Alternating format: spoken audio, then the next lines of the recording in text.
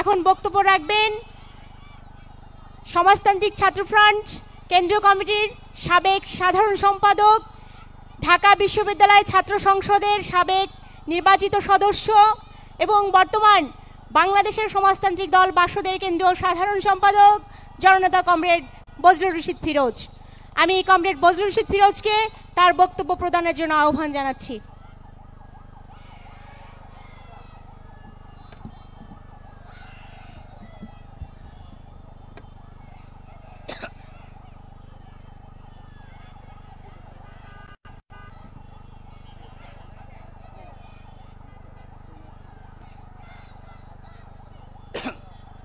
ছাত্র সমাজের অগ্রবর্তী চিন্তার পথিকৃৎ আমাদের প্রাণপ্রিয় সংগঠন সমাজতান্ত্রিক ছাত্রফ্রন্টের 4 দশক পূর্তি উপলক্ষে আয়োজিত আজকের এই ছাত্র সমাবেশের সংগ্রামী সভাপতি, মঞ্চে উপস্থিত আমাদের পার্টি বাংলাদেশের সমাজতান্ত্রিক দল বাসদ কেন্দ্রীয় কমিটির সহকারী সাধারণ সম্পাদক, সমাজতান্ত্রিক ছাত্র ফ্রন্টের কেন্দ্রীয় কমিটির সাবেক সহসভাপতি, সমাজতান্ত্রিক শ্রমিক ফ্রন্টের কেন্দ্রীয় কমিটির সভাপতি,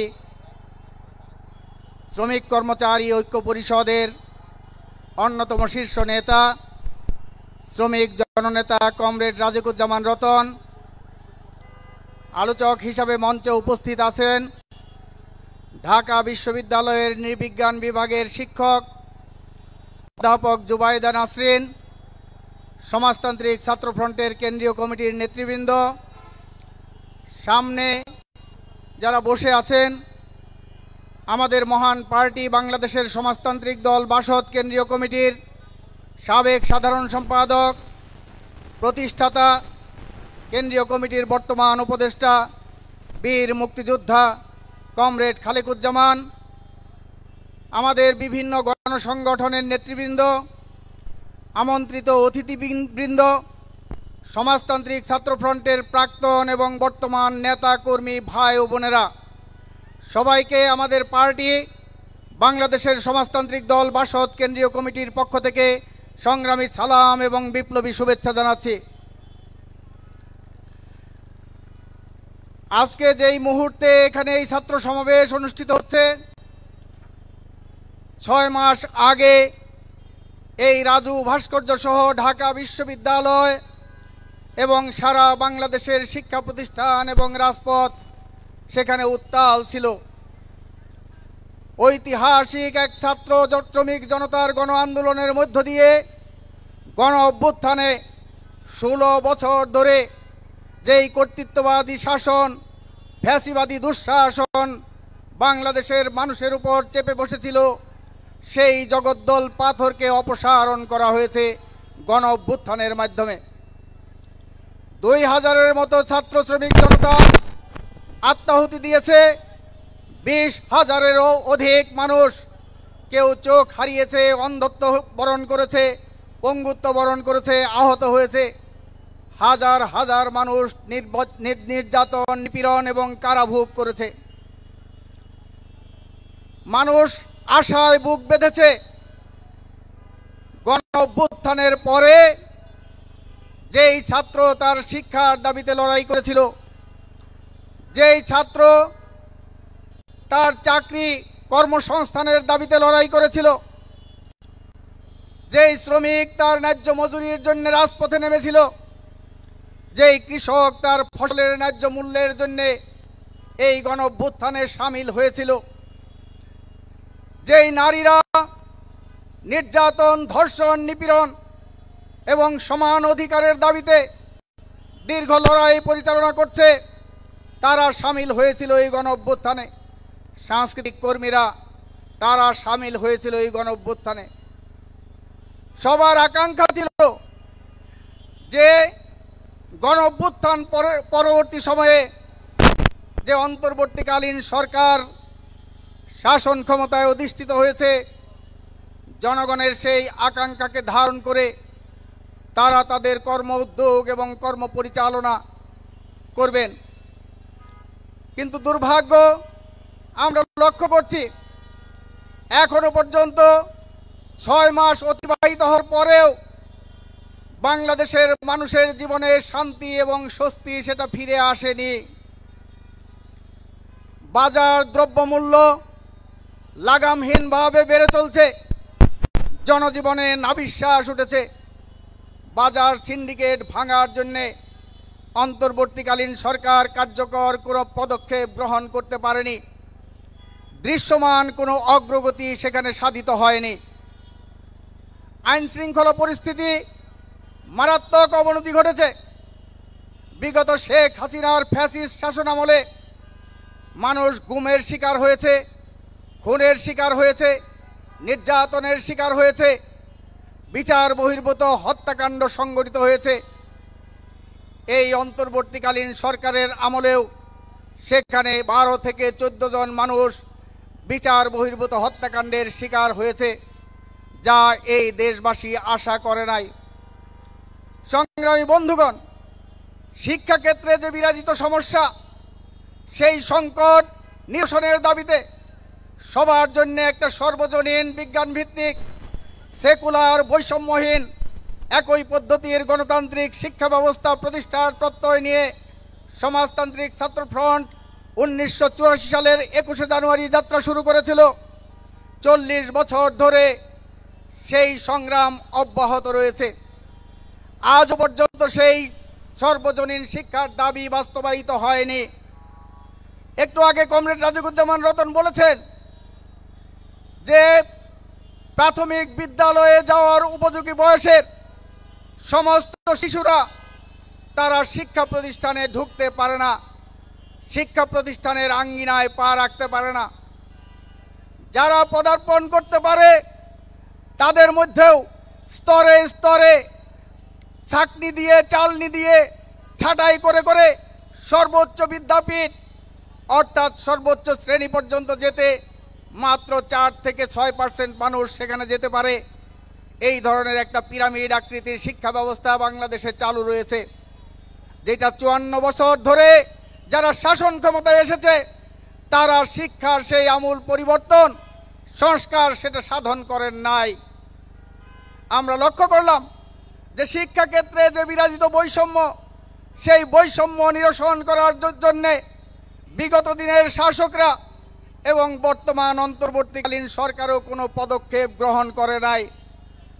আপনারা শুনেছেন যে সরকারি বিশ্ববিদ্যালয়, প্রায় পাবলিক বিশ্ববিদ্যালয় যেখানে 55টি রয়েছে, 107টির উপরে রয়েছে সেখানে বেসরকারি বিশ্ববিদ্যালয়।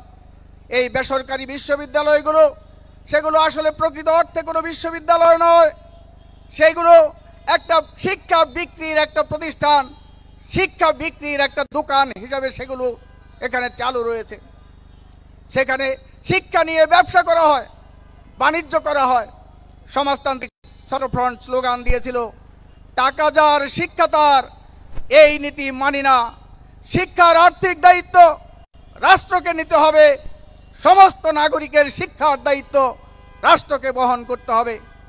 কিন্তু স্বাধীন বাংলাদেশে এই 54 বছরে এই দাবি এখনো পর্যন্ত বাস্তবায়িত হয় নাই। শিক্ষাক্ষেত্রে বিরাজিত যে সমস্যা, সেই সমস্যার কারণ দেখলে আপনারা বুঝবেন। একটা ঘটনা উল্লেখ করলে বুঝবেন যে এখানে যেই জায়গায় একজন শিক্ষার্থী ওই রংপুরের পীরগাছায় তার 500 টাকা বেতন ফির জন্যে তার মা, গরিব মা, দিনমজুর মা 320 টাকা জোগাড় করতে পেরেছে, বাকি 80 টাকা জোগাড় করতে পারে নাই।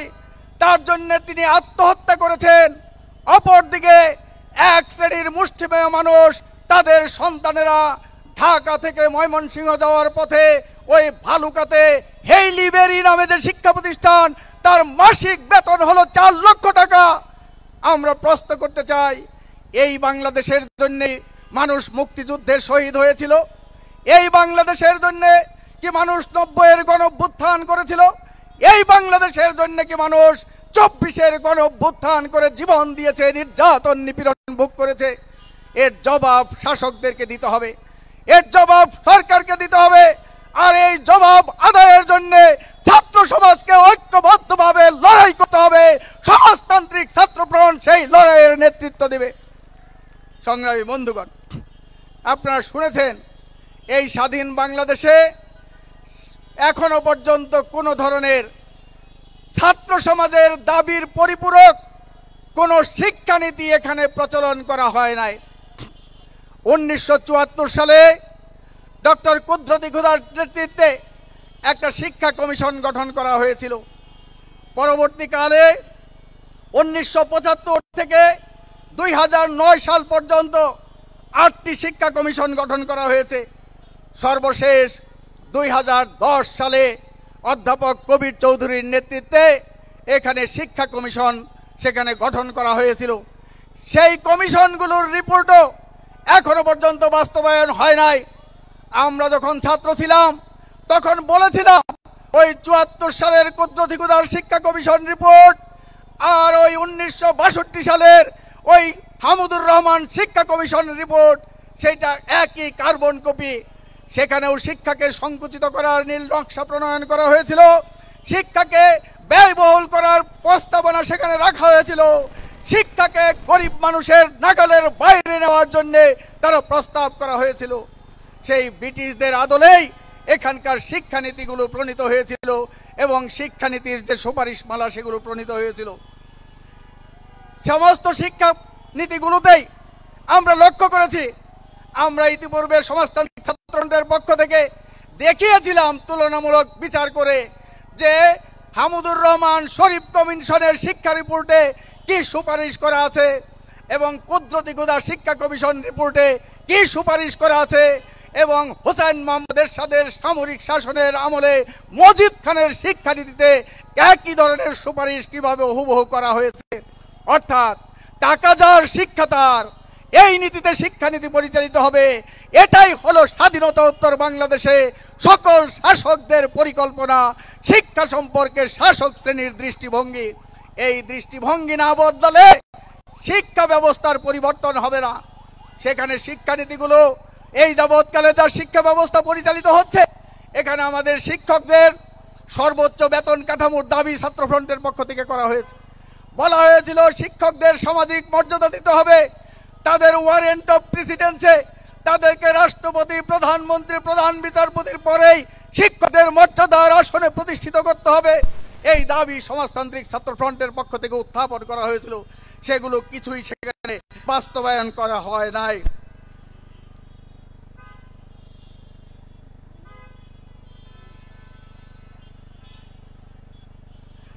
তারপরেও আপনারা জানেন যে এই শিক্ষাক্ষেত্রে একই ধরনের শিক্ষা ব্যবস্থার কথা আমাদের যে সংবিধান, মুক্তিযুদ্ধের পরে 72 সনের সংবিধান, সেখানে উল্লেখ করা হয়েছে যে একটা নির্দিষ্ট স্তর পর্যন্ত আইনের দ্বারা একটা সারা দেশের নাগরিকদের বাধ্যতামূলক অবৈতনিক শিক্ষা সেটা চালু করা হবে।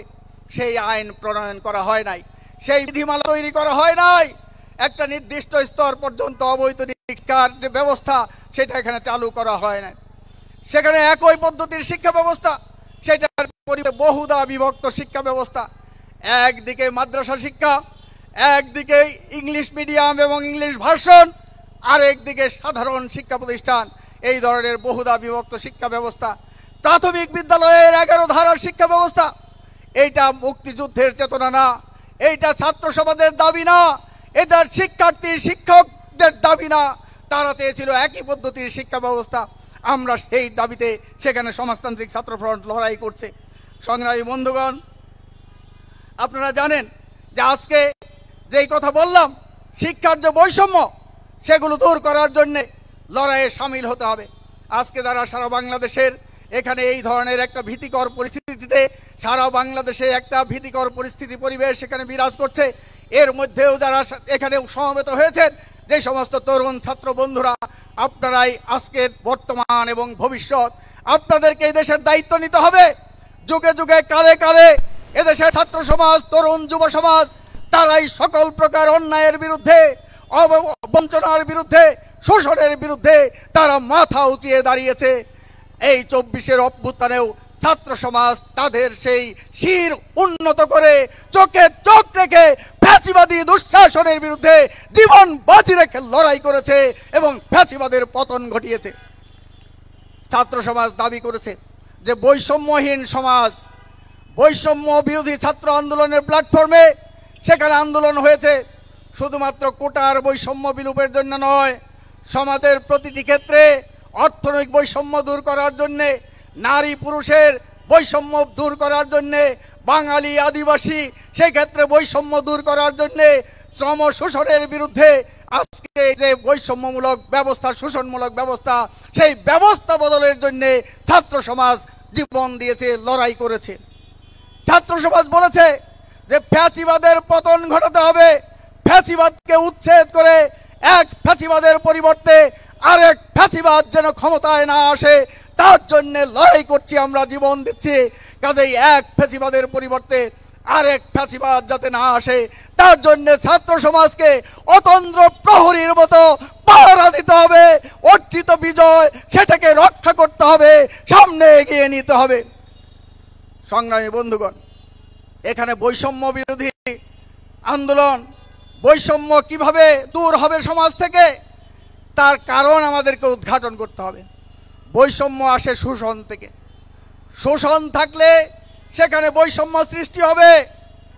আর শোষণের কারণ হলো এখানকার এই পুঁজিবাদী শোষণমূলক আর্থসামাজিক ব্যবস্থা। এখানে উৎপাদন করে সবাই মিলে, মালিকানা দাবি করে মুষ্টিমেয় মানুষ। এই বিলি বন্টন নীতি, এটাকে বদলে হবে।